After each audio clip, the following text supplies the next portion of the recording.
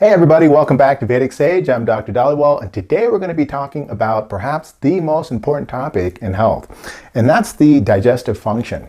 And we're going to be taking a look at the digestive function from an Ayurvedic perspective, which was cognized or established almost 5,000 years ago. So Ayurvedic's an ancient science that looks at the body or looks at life from a qualitative standpoint. So instead of just focusing on the quantitative approach, such as the Western perspective, Ayurveda really looks at life from a qualitative standpoint. So we're going to take a look at the qualities that take place within the body, focusing on the digestive system.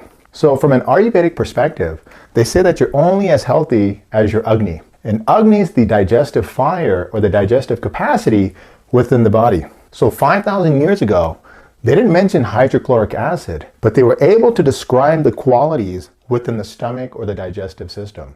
For example, the fire represents basically the qualities of hot, sharp, light, dry, and subtle. The sharp quality can be thought of as the sharp and penetrating element or quality that has to break down food from, for example, carbohydrates into glucose. It has to penetrate sharply into the actual substance and break it down to its basic components. Carbohydrates into glucose, proteins into amino acids, and fats into fatty acids. The light quality, if you were to weigh fire, it's of nothing. The dry quality of Agni or the digestive fire, it dries out moisture.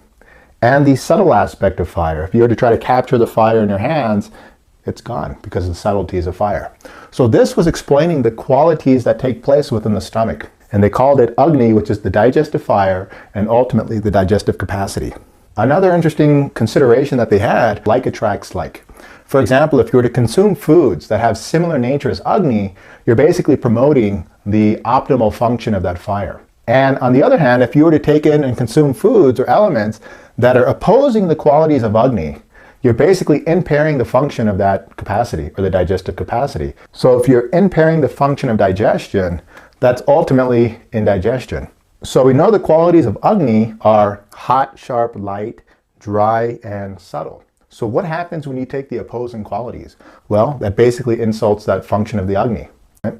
Now, what happens when this Agni is impaired? It results in undigested food material. So 5,000 years ago, they mentioned that this undigested food material is known as ama. So ama is an undigested food particles or food material that has qualities of sticky, heavy, slimy, cold qualities. So strike number one or insult number one is taking in food or nutrients that have opposing qualities of Agni. Okay, that's strike number one. And that leads off with ama, which is undigested food material that has qualities such as sticky, heavy, wet, and slimy. And this basically enters into the small intestines where food is naturally absorbed. So digestion, the breaking down of food, takes place primarily in the stomach, and it travels down into the small intestines where food is absorbed. So strike number two is basically ama, because of the sticky, slimy, cold qualities, impairs the adequate absorption of the nutrients. And ultimately, strike number three is the actual absorption of ama into the circulation.